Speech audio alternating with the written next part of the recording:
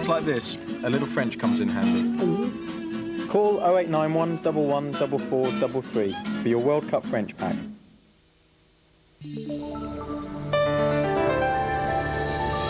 A roundup of today's World Cup action now on BBC One. Match of the day with Gary Lineker.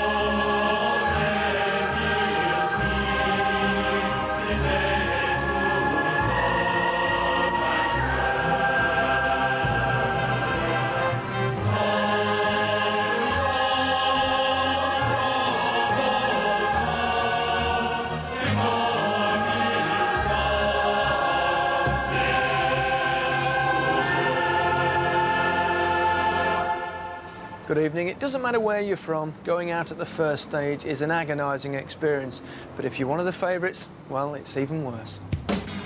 Just ask Spain. Who says it's only a game?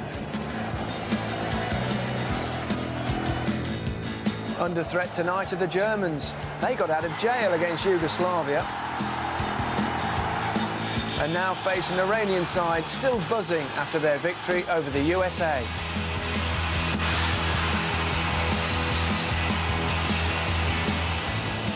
Holland too aren't quite safe yet, but the signs are good following their classy performance against South Korea. Inside the pressure cooker tomorrow are England. We'll speak to Glenn Hoddle. And hear from Colombia's danger man, Carlos Candyfloss Valderama. So that's what Colombian Coke does to you. Here with me are Mark Lawrenson and Chris Waddle.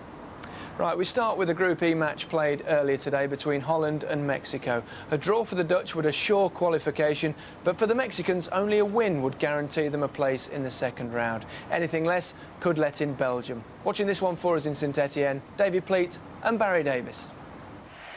If the two teams meet, it's perhaps worth mentioning that the green numbers may be less around the ground, but they're intermingled with the orange. Why is it that only when England are involved do we talk about segregation in the crowd? The Dutch team, one significant change. Michael Reiziger is playing instead of Adam Winter, a defender for a midfield player, with thoughts no doubt of Cuauhtemoc Blanco in mind.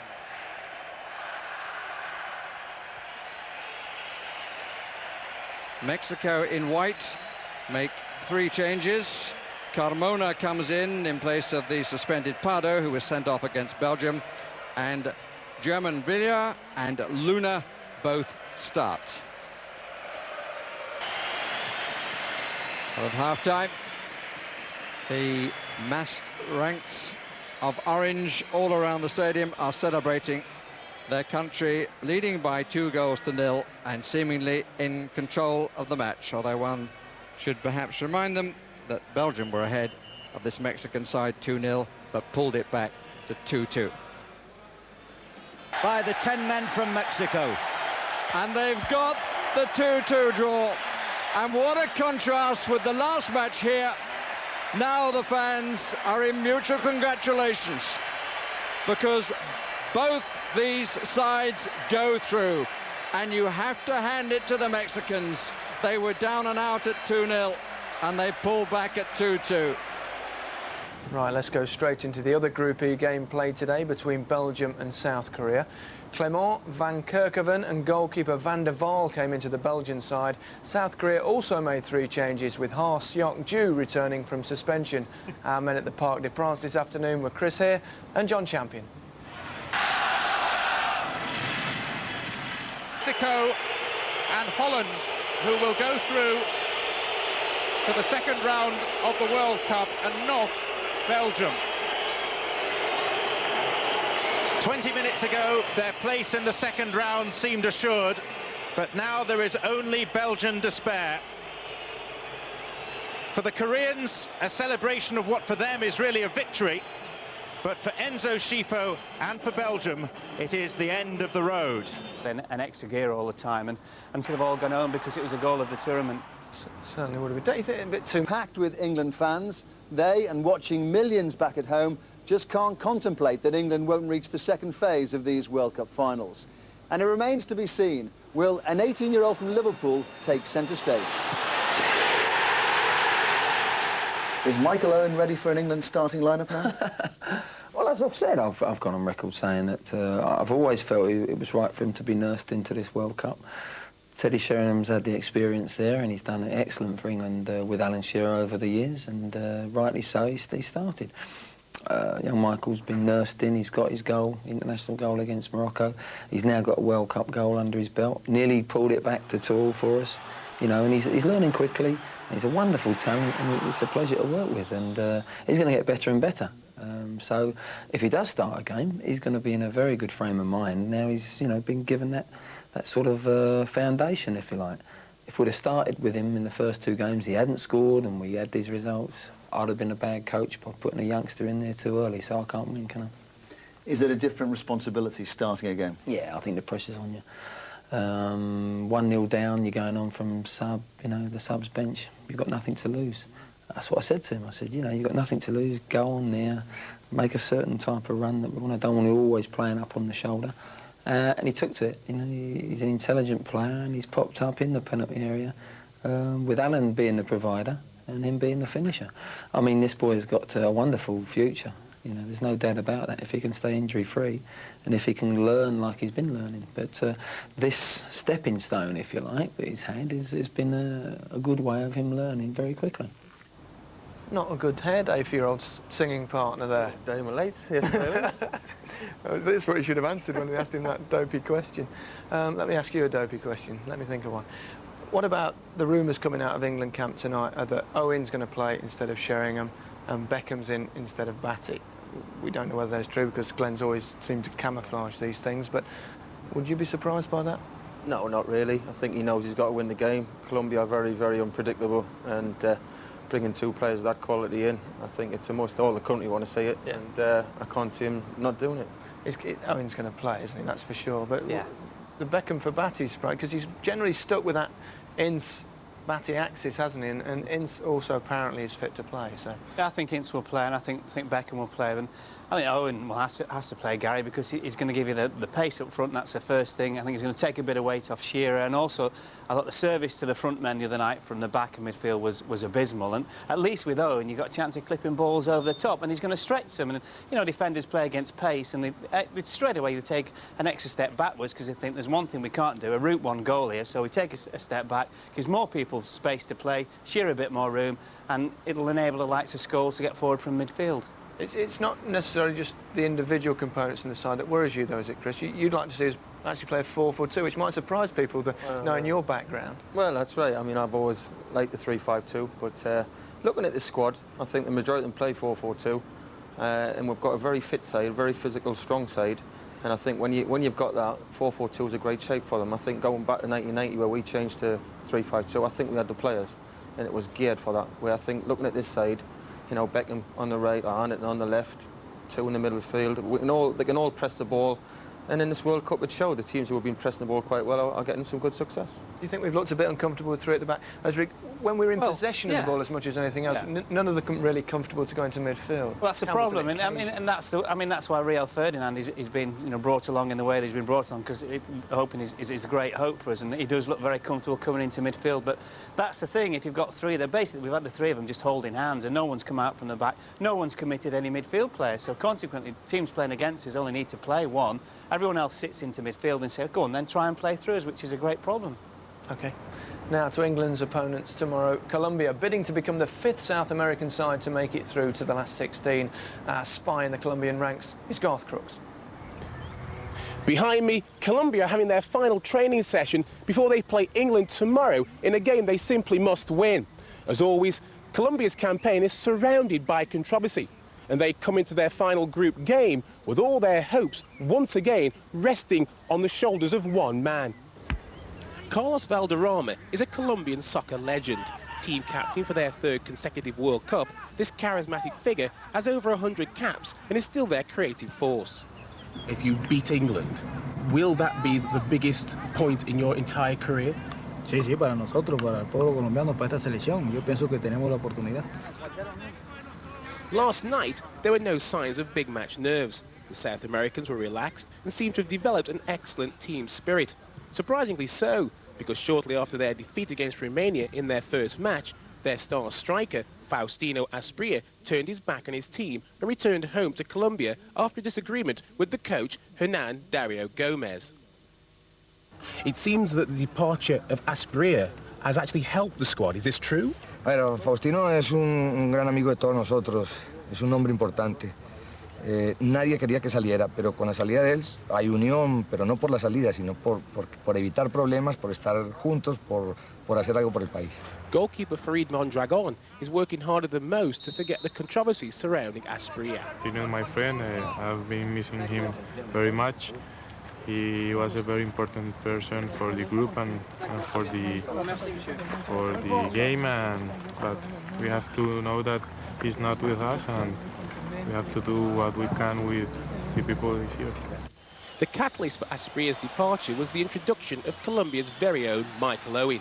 21-year-old Lydia Preciato's winning goal against Tunisia was his third goal in as many games for the national side, and he's still to start a match.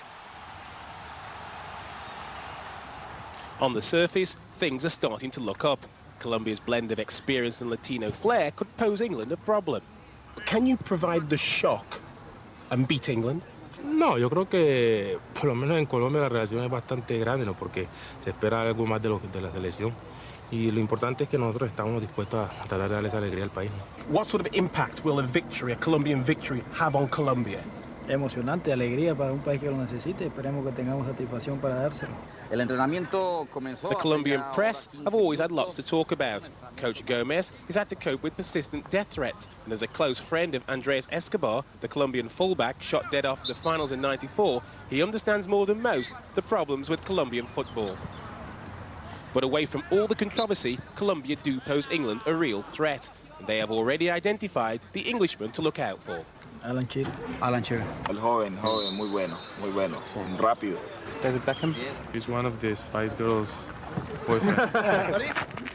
The one English-based Colombian, Middlesbrough's Hamilton Ricard, is really certain who'll qualify. Colombia, England, Friday. Colombia 3, England now. That'll go down well at home. Chris, you've seen Colombia play. You saw them against Tunisia. And they play very open style, it seems to me. Very open. They play basically a flat back four defenders. They'll play one big guy, Lozano, in front of them, and then after that, it's off the cuff. Everybody goes what and do what they want to do. Is it indisciplined, or is that just the way they seem to set out to play? That is the way they've played the last 8-10 years, and I think the coaches tried to organise them. They tried for 2 or 3 games, and they said no. They went back to their old shape, and you know, in the last game there was supposed to be 41 goal attempts, so that's what sort of say they are. Well, that's got to suit England, hasn't it, with a bit of firepower that we've got up front? Yeah, I think you can overrun Colombia, Gary, to be quite honest with you. I think as Chris says, the way that they play, and when they lose a ball, I mean, we had instances the other day in the game where there's 3 or 4 players just stand around. It's like, we'll get on with it. You know, hopefully we've got people at the back who are going to win the ball for us. And I think if England are clever and get the ball out wide and get people coming through from those midfield areas, I think they can pose all sorts of problems. And the sheer physical presence of Shearer, I think, will have a lot to answer for on Friday. I think if England come out the chops, first 15, really go for them, I think it could be game over. But if they sit back and let them play their pretty stuff, it could be a long 90 minutes. Well, they can play, and talking of pretty stuff, I mean, Valderrama's been around forever, it seems, but he can still make things happen if we give him the space. Oh, he's definitely their most creative player still. When he gets the ball to feet, he can pass it through little gaps and everything. He's got tremendous vision, early balls.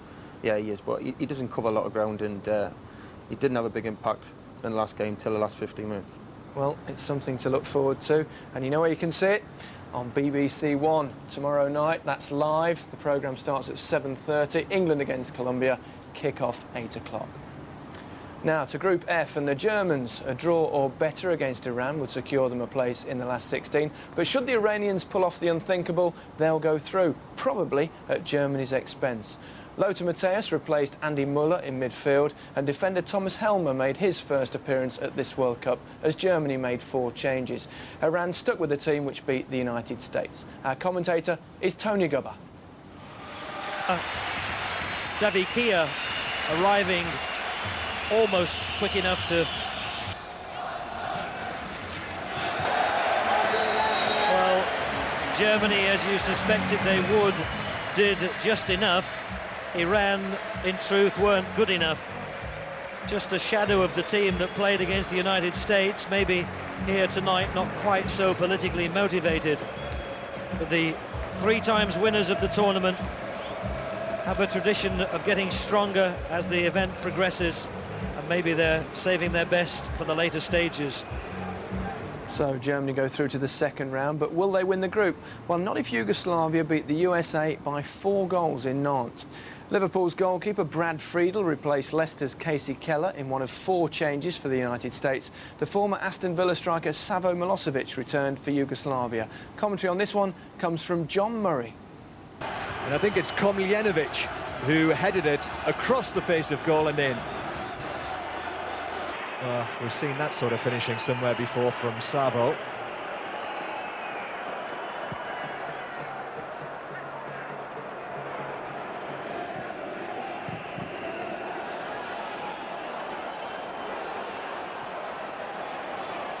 Here's Brunovic, the back heel, Stojkovic.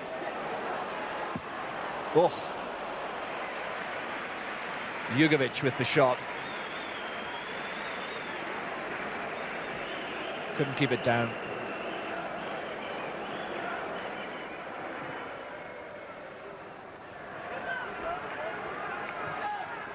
Jugovic. Savicevic. Now on Janovic. Still going. Milosevic. Oh, the ball got caught up underneath his feet. He's such a big fella. And it was just too intricate for him. Did get the shot in though. But after all that, and a little bobble, it was wide.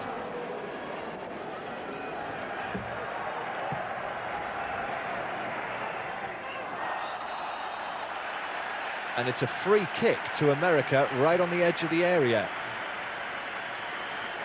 Mihailovic doesn't agree. It was Jugovic jumping on Kobe Jones. And this is a real opportunity for America. Oh, just over. Clipped the stanchion at the back.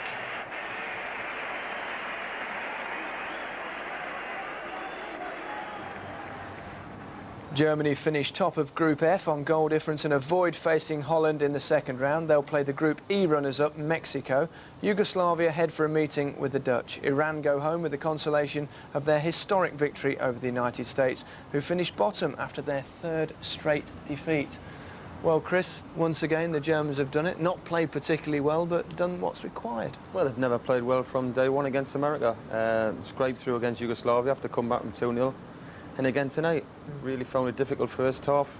Work ever so hard for each other. Typical Germans, stick to the task, 90 minutes, they're there all the time, but they are struggling. They seem, I mean, they've got loads of experience in the side, but seem to lack a bit of creativity. Well, they've got 2 excellent goal scorers in Bjoff and Klinsmann, and they do need service. Muller's obviously gone well out of form, pushed on the touchline, and it looks like the man Hassler's going to have to do it if he can keep fit. Well, that's a service they need, Klinsmann and Bjoff, and Hassler's the man that can do that. Keeper didn't cover himself in glory. Particularly now, he just stood there, let it go in, didn't he? Behind his boots on, didn't he? He couldn't get them up. Mark, we've seen the Germans so many times, and even though you still sort of fear them in a way, they're not as strong as in previous World Cups, are they? I don't think they've got the legs anymore, Gary. Yeah. In the key positions, I think we talked before, there was 8 of them, 30 plus, who played tonight. You know, half a game against Yugoslavia where you've looked at them and in the second half they've got a fortunate goal and they've gone on, you thought, not bad, but generally, I mean, they've just done enough in all the other games. And typical as well of the Germans, they've now got Mexico, you know, and they'll fancy themselves. It's a great draw for them, and they will fancy themselves, but I don't think all is right in the camp, certainly. No. What about Yugoslavia, Chris? I mean, a lot of people's dark horses before the tournament's come. They've got through comfortably and certainly made the Germans struggle for a while. Yeah, I think they are a dangerous side. They are capable, like we said earlier about the Dutch, they are capable of beating anybody on the day, and it'll be a hard game. Whoever plays Yugoslavia, it's difficult because they've got so many talented players. Be a good game, and then we've got Holland in the next round. That'd be one of the ones to watch, wouldn't it? Well, certainly. I mean, you know, and we watched Yugoslavia the other day and against the Germans, and they've got outstanding individuals: Stojkovic, Stankovic, Mijatovic, all the Viches. They can all play. They're all very, very comfortable. They're a bit like Holland on the ball, and you just feel with them because of the mentality. And we made the point that, you know, they are very nomadic. You know, half the coaches are across the world, half the players are across the world, and you just look at them and you think, well, if they get it together, they can beat anybody. But you also know them that there are occasions when you look at them and you just think, well, they're not a team anymore. You know, and you look at them and you say, well, he's a good player, he's a good player, but get them all together, and sometimes there is a problem with them. But I mean, I think that's going to be one of the games of the tournament is Holland and Yugoslavia. I'll tell you, with all these midges around, I got a few of the bitches myself tonight. But there we go. Well, 15 teams have already booked their place in the second round. Can England join them? Find out later tonight. It's live on BBC One. Good night.